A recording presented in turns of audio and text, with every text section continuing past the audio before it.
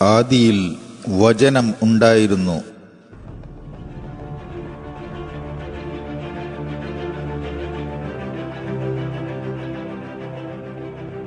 വചനം ദൈവമായിരുന്നു. മാലാഖമാരും മനുഷ്യരും പ്രപഞ്ചവും ഉണ്ടായി.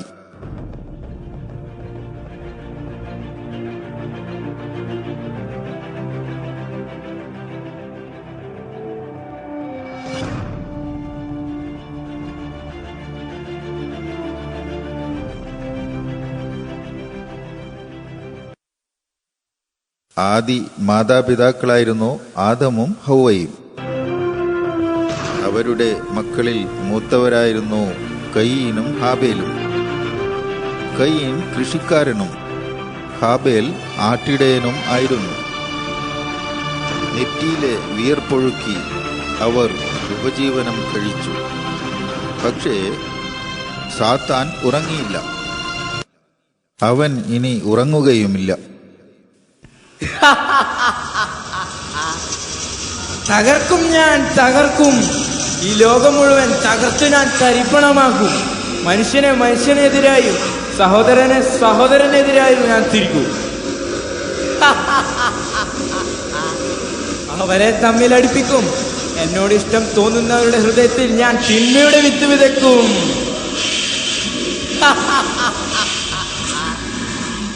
ഈ ഭൂമിയെ ഞാൻ നരകതുല്യമാക്കും. ഹേ ആദം, നിന്റെ സന്തതി പരമ്പരകളുടെ കൂടെ ലോകാവസാനം വരെ ഞാൻ ഉണ്ടാകും. ഞാൻ സാത്താൻ.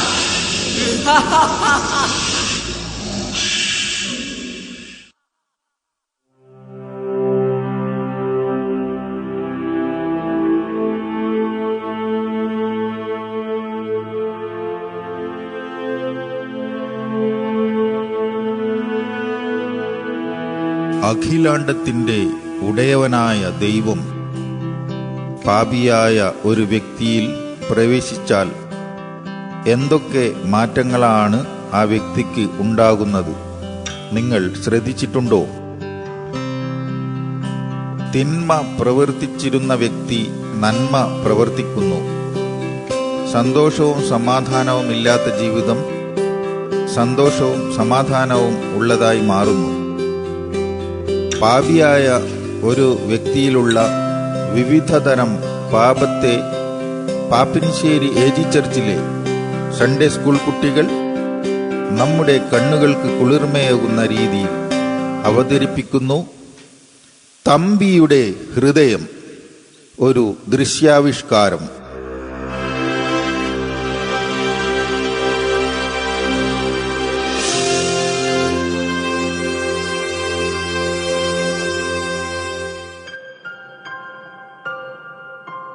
തമ്പി കൂടുതൽ സമയം അവൻ ഏകനാണ്.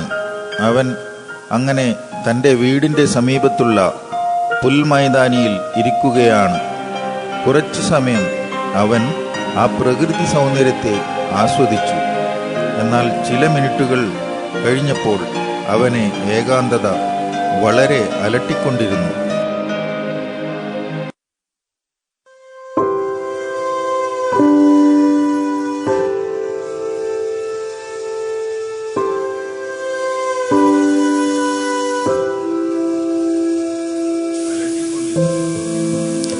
മകനെ, കുറച്ച് ദിവസമായി ഞാൻ എന്നെ ശ്രദ്ധിക്കുന്നു.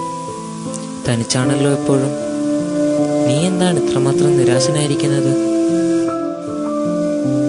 എനിക്ക് യാതൊരു സ്വസ്ഥതയുമില്ല, ഊണുമില്ല, ഉറക്കവുമില്ല. അയ്യോ മകനെ, നിന്റെ പേരെന്താ? എന്റെ പേര് തമ്പി എന്നാ. തമ്പി യേശുവിനെ കുറിച്ച് കേട്ടിട്ടുണ്ടോ? ഇല്ല. അദ്ദേഹം ആരാണ്? സ്വർഗത്തിൽ നിന്ന് ഭൂമിയിലേക്ക് വന്ന ദൈവപുത്രനാണ് യേശു. എങ്ങനെ സ്വർഗത്തിൽ നിന്ന് ഭൂമിയിൽ വന്നത്? യേശു കന്യകയിലൂടെ ഒരു ശിശുവായിട്ട് ഈ ഭൂമിയിൽ പിറന്നു. ശിശുവായിരുന്ന അവനെ ഒരു പുൽത്തൊട്ടിയിലാണ് കിടത്തിയത്. യേശു എന്തിനാണാവോ വന്നത്? യേശു നമ്മെ പാപത്തിൽ നിന്ന് രക്ഷിപ്പാനാണ് വന്നത്. പാപികളായ എല്ലാവരും നരകത്തിൽ പോകും. നമ്മെ നരകത്തിൽ നിന്ന് രക്ഷിപ്പാൻ യേശുവിന് ക്രൂശുമരണം സ്വീകരിക്കേണ്ടി വന്നു. യേശു ക്രൂശിൽ മരിച്ചാൽ നാം എങ്ങനെയാണ് നരകത്തിൽ പോകാണ്ടിരിക്കുന്നത്? പാപത്തിന് ശിക്ഷയുണ്ട്. നാം ഏൽക്കേണ്ട ശിക്ഷ യേശു സ്വയം ഏറ്റെടുത്തു. ആ യേശു കർത്താവ് നമുക്ക് വേണ്ടിയാണ് മരിച്ചത് എന്ന് നാം വിശ്വസിച്ചാൽ നമുക്ക് രക്ഷ ലഭിക്കും. സകലത്തെയും കാണുന്ന ദൈവത്തിൻ്റെ കണ്ണ് നമ്മുടെ ഹൃദയങ്ങളിലേക്ക് നോക്കുമ്പോൾ അവിടെ കാണുന്ന കാഴ്ചയുണ്ടല്ലോ, അത് നമ്മെ ഭയപ്പെടുത്തും.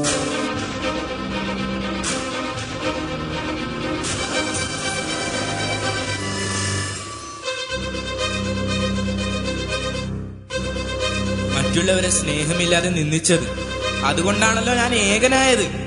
നിഗളം തന്നിൽ ഉയർന്നു നിൽക്കുന്നു. മറ്റുള്ളവർക്ക് ഒരു വിലയും ഞാൻ കൽപ്പിച്ചില്ല. ആ വരുന്ന അടുത്തത്, ദൂരപ്പോ.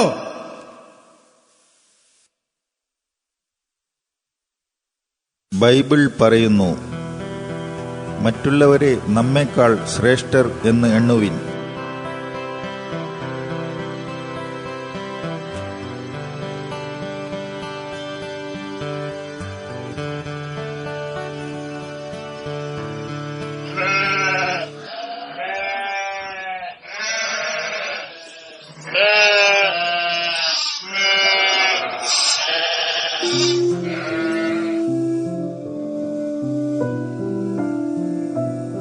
തെറ്റാണെന്ന് അറിഞ്ഞിട്ടും നാം ചെയ്യുന്ന പാപങ്ങളുണ്ട്. തന്നിഷ്ടത്തോടുകൂടെ നാം പ്രവർത്തിക്കുന്നത് അവസാനം കുഴപ്പത്തിൽ ചെന്ന് ചാടും. വചനം പറയുന്നു, അനുസരിക്കുന്നത് യാഗത്തെക്കാളും ശ്രദ്ധിക്കുന്നത് മുട്ടാടുകളുടെ മേധസ്സിനേക്കാളും നല്ലത്.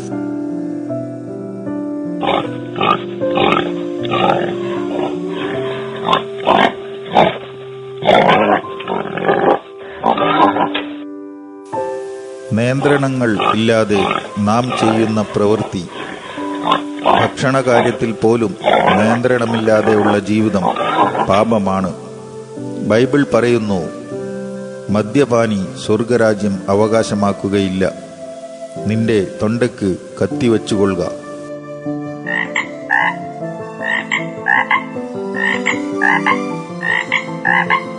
അശുദ്ധവും അശ്ലീലവുമായ കഥകളും വ്യർത്ഥ സംസാരങ്ങളും ശ്രദ്ധിക്കുകയും മറ്റുള്ളവരെക്കുറിച്ച് മോശമായ രീതിയിൽ സംസാരിക്കുകയും ചെയ്യുന്നത് പാപമാണ്.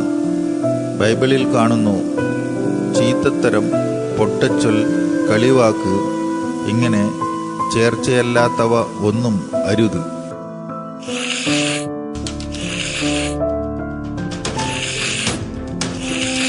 വിഷം നിറഞ്ഞ പാമ്പിനെപ്പോലെയാണ് അസൂയയും വഞ്ചനയും. പാമ്പ് നമ്മെ വിഴുങ്ങുന്നതുപോലെ അസൂയയും വഞ്ചനയും നമ്മെ കീഴ്പ്പെടുത്തിക്കളയും. ആ പാപ സ്വഭാവത്തെ നാം ജയിക്കണം. ബൈബിൾ പറയുന്നു, അസൂയയോ അസ്ഥികൾക്ക് ദ്രവത്വം.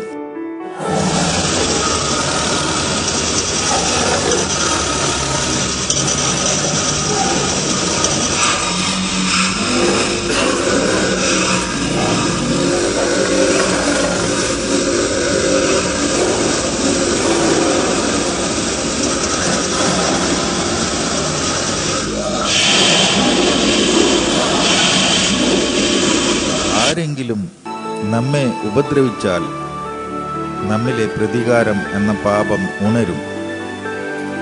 കോപത്തെയും പ്രതികാര മനോഭാവത്തെയും എടുത്തു മാറ്റണം. തിരുവചനത്തിൽ കാണുന്നു, ക്രോധം ക്രൂരവും കോപം പ്രളയവുമാകുന്നു.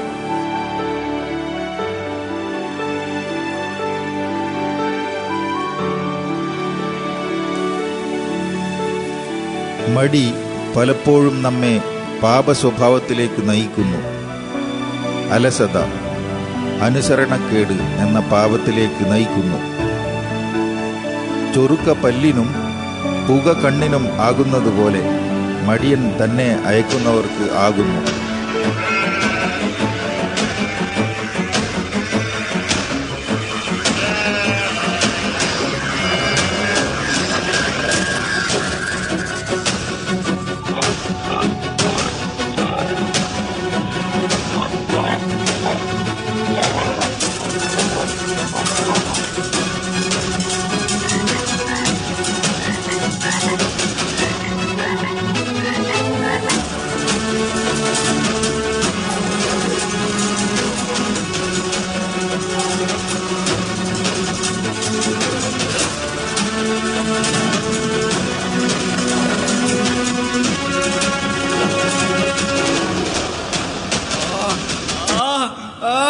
ഈ പാവങ്ങളെല്ലാം എന്റെ ഹൃദയത്തിലുണ്ട്.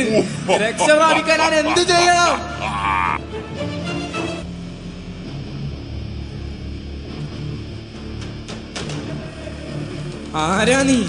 ആരാ നീ എന്തിനെന്നെ ഭയപ്പെടുത്തുന്നേ? അയ്യോ, എന്റെ തല വിങ്ങിപ്പൊട്ടുന്നു. എന്നെ രക്ഷിക്കൂ, എനിക്ക് രക്ഷപ്പെടണം. ഞങ്ങളുടെ സാമ്രാജ്യത്തിൽ നിന്നും നീ എവിടേക്ക് പോകുന്നേ? ഇല്ല, ഞാൻ വരില്ല. എന്നിൽ നിന്ന് അകന്നു പോ. ഇല്ല, ഞാൻ വരില്ല.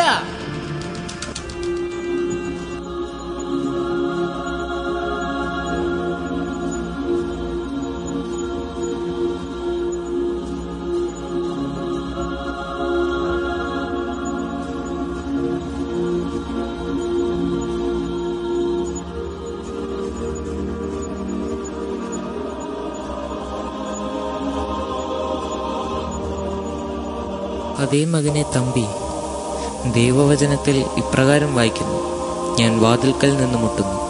ആരെങ്കിലും എൻ്റെ ശബ്ദം കേട്ട് വാതിൽ തുറന്നാൽ ഞാൻ അവൻ്റെ അടുക്കൽ ചെന്ന് അവനോടും അവൻ എന്നോടും കൂടെ അത്താഴം കഴിക്കും. യേശു നിന്റെ ഹൃദയത്തിൻ്റെ വാതിൽ മുട്ടിക്കൊണ്ടിരിക്കുകയായിരുന്നു. പാപങ്ങളെ ഏറ്റുപറഞ്ഞ് ഉപേക്ഷിച്ചപ്പോൾ ഹൃദയത്തിൻ്റെ വാതിൽ തുറന്നു. അപ്പോൾ യേശുവാണ് നിന്റെ ഹൃദയത്തിലുള്ളത്.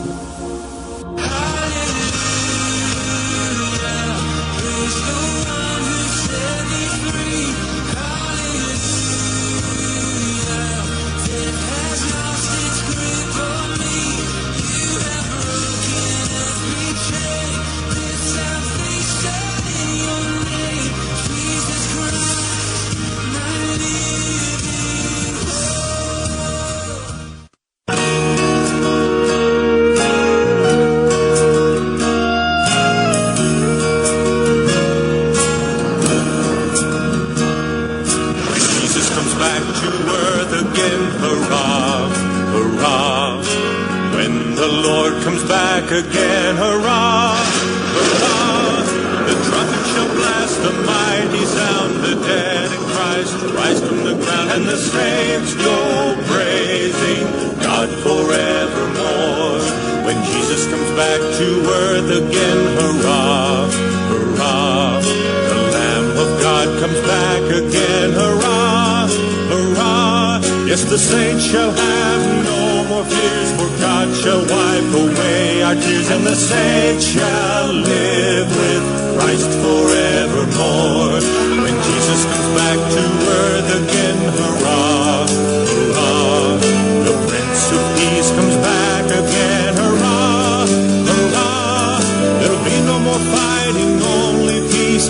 Death shall stop and wars shall cease, and the saints shall love our Lord forevermore.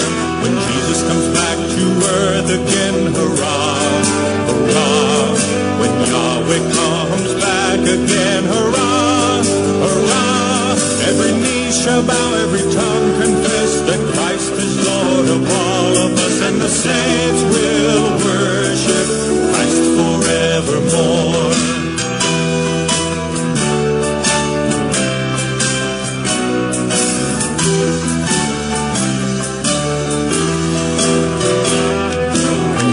Comes back to earth again, hurrah, hurrah, Messiah comes back to earth again, hurrah, hurrah, the saints shall rise up to the sky to meet the Lord up on high, and they'll all go praising Him forevermore.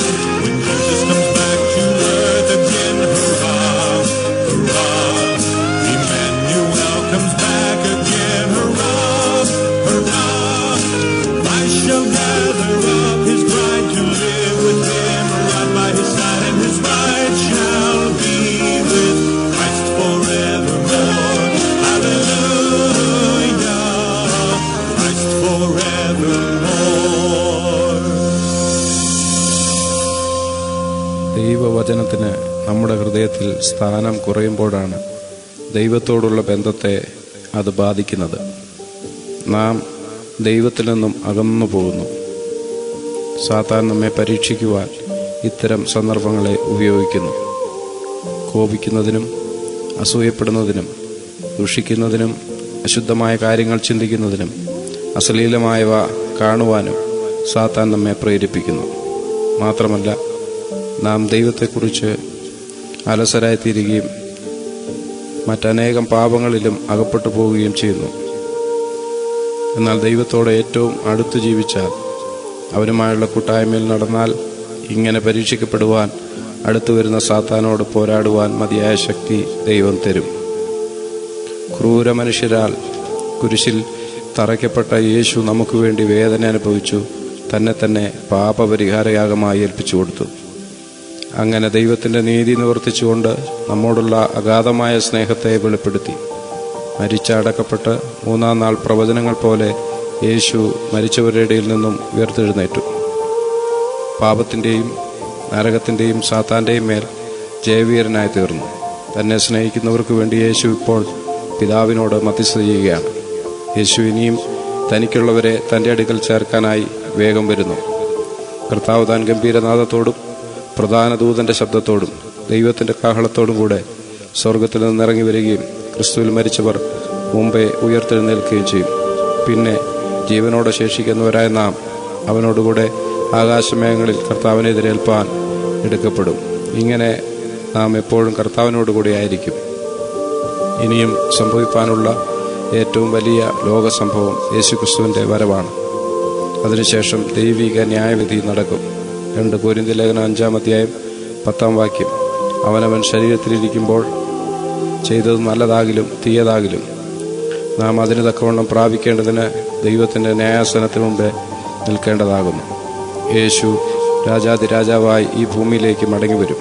യേശുവിൻ്റെ മടങ്ങി വരവിന് മുമ്പുള്ള അന്ത്യദിനങ്ങളിലാണ് നാം ജീവിക്കുന്നത്. അതെപ്പോൾ വേണമെങ്കിലും സംഭവിക്കാം. താങ്കൾ യേശുവിൻ്റെ വരവിനായി ഒരുങ്ങിയിട്ടുണ്ടോ? യേശുവിനോട് കൂടെ നിത്യമായി വാഴേണ്ടതിന് ഞങ്ങളുടെ ശ്രോതാക്കളെ ആഹ്വാനം ചെയ്തുകൊണ്ട് ഈ കൊച്ചു സ്കിറ്റ് ദൈവനാമമഹത്വത്തിനായി സമർപ്പിക്കുന്നു. God bless you. God bless you. God bless you.